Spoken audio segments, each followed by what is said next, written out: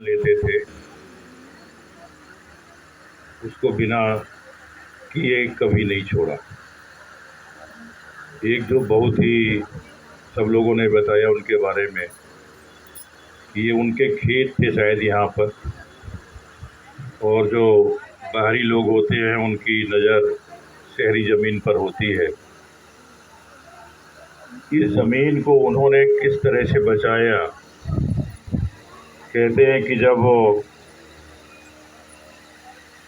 Mediator या दलाल लोग दबाव बनाते थे तो बाबूजी जो है अपना महीने 2 महीने के लिए यहाँ से चले जाते थे, बाहर चले जाते थे।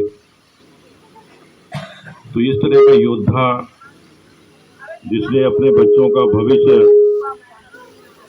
देखा हो ज़मीन में और उसको बचाया, वो किसी महापुरुष से कम नहीं है।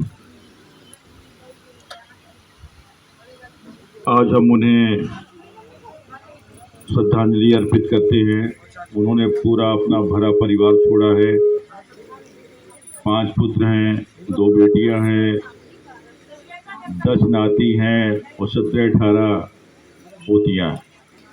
पूरा भरा परिवार छोड़ा उन्होंने। तो ये श्रद्धांजलि हम उनको अर्पित करते हैं। और जो कार्य के प्रति लगन, पक्का इरादा, दृढ़ विश्वास उनके अंदर था, उसकी हम नकल करेंगे, उसको हम अपने जीवन में उतारेंगे।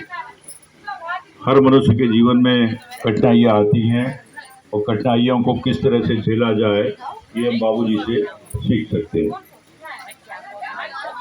अब रही बात जैसे त्रयोदशी होती है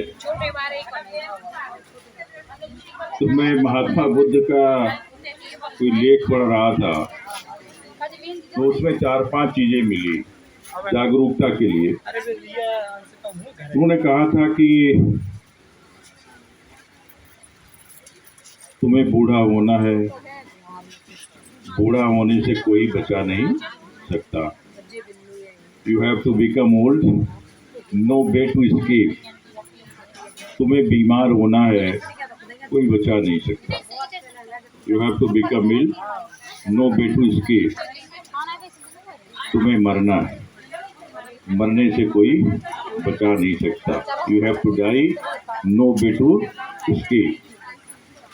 फिर उन्होंने एक बात और कही कि जो तुम्हारे सगे संबंधी हैं, your near and dear ones, वो एक दिन आपका साथ छोड़ेंगे। ये सत्य है।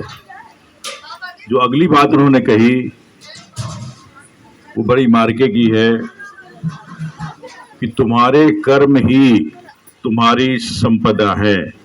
Your deeds are your property. तुम जैसा कर्म करोगे, कुशल अच्छा कर्म करोगे तो उसका विपाक क्या होगा? अच्छा मिलेगा। बुरा कर्म करोगे तो विपाक जो है बुरा मिलेगा, चाहे क्या लग जाए, विलंब हो जाए, लेकिन मिलेगा जरूर। तो इसमें एक लाइन मैंने बताया ना कि मरने से कोई बचा नहीं सकता। इसी बात को कबीर दोहराते हैं, रहना नहीं देश बिराना है। इसी बात को हमारी गीता कहती है, जातस्य ध्रुवं मृत्यु, मतलब जिसका जन्म होता है उसकी मृत्यु निश्चित है। तो ये जागरूकता की बात है कि हम पैदा हुए, किशोरावस्था आई, जवानी आई, इसके बाद बुढ़ापा आएगा और बुढ़ापा के बाद मरना होगा। ये बिल्कुल सत्य बात है।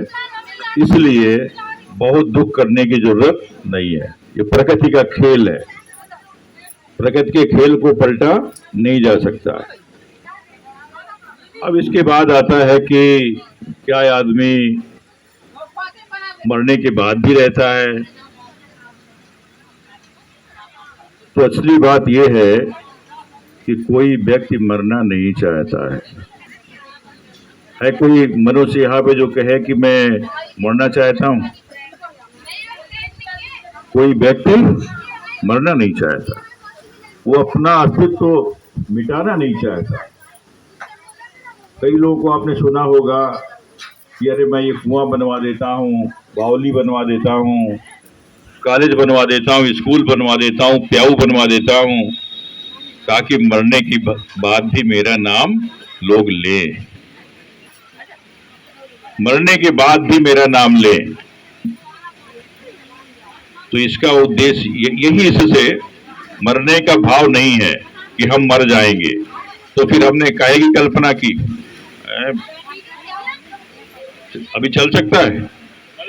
अभी जो हमारे सनातन धर्म में आत्मा की कल्पना की, हमको आश्वासन दे रहा है वो, नैनम छिदन्ति शस्त्राणि नैनम दहति पावका, न शस्त्र काट सकते हैं, न आग जला सकती है, न पानी गीला कर सकता है, न हवा सुखा सकती है। मुसलमानों के यहाँ क्या हुआ?